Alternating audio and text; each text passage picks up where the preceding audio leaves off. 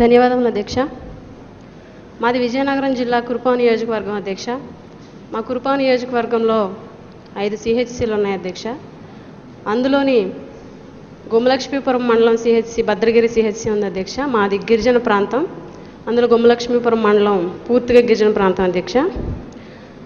యాక్చువల్గా ఆ సిహెచ్సి ముందు మెడికల్ సెంటర్గా ఉండేది అధ్యక్ష. దాన్ని పిహెచ్సి చేయకుండా డైరెక్ట్గా సిహెచ్సి చేశారు అధ్యక్ష. సిహెచ్సి చేయడం సంతోషమే కానీ అధ్యక్ష, దానికి సంబంధించిన సౌకర్యాలు ఏమీ అక్కడ లేవు అధ్యక్ష.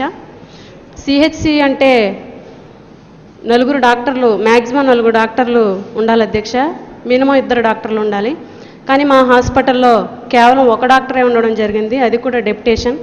ఆ డెప్యుటేషన్ డాక్టర్ వల్ల ఆయన సరిగా రాకపోవడం మా గిరిజనులు చాలా ఇబ్బందులు పడుతున్నారు అధ్యక్ష. చిన్న ఎగ్జాంపుల్, 4 నెలల క్రితం పోలియో చుక్కలు వికటించి 15 మంది చిన్నపిల్లలకి అస్వస్థత వచ్చింది అధ్యక్ష. ఆ టైంలో 15 మంది పిల్లల్ని ఆ హాస్పిటల్లో జాయిన్ చేసిన టైంలో డాక్టర్ లేకపోవడం జరిగింది అధ్యక్ష. మేము ఏంటని ఎంక్వైరీ చేస్తే ఆయన రెగ్యులర్గా ఉన్న చోట ఆయనకు ఒక మెడికల్ క్యాంప్ ఉండడం వల్ల ఆయన వెళ్ళడం జరిగింది అధ్యక్ష. ఆ రోజు ఆ సమస్య తీవ్రమైనది కాకపోవడం వల్ల అక్కడ స్టాఫ్ నివారించడం జరిగింది అధ్యక్ష. అదే సివియర్ అయ్యి ఉంటే ప్లేన్ ఏరియాకి వెళ్ళాలంటే దగ్గరగా 65 కిలోమీటర్లు పడుతుంది అధ్యక్ష. దయించి ఆ సమస్యల నుంచి మా గిరిజనులు బయటపడేలాగా మంత్రి గారు ఒక హామీ ఇవ్వాలని మీ ద్వారా కోరుకుంటున్నాను అధ్యక్ష.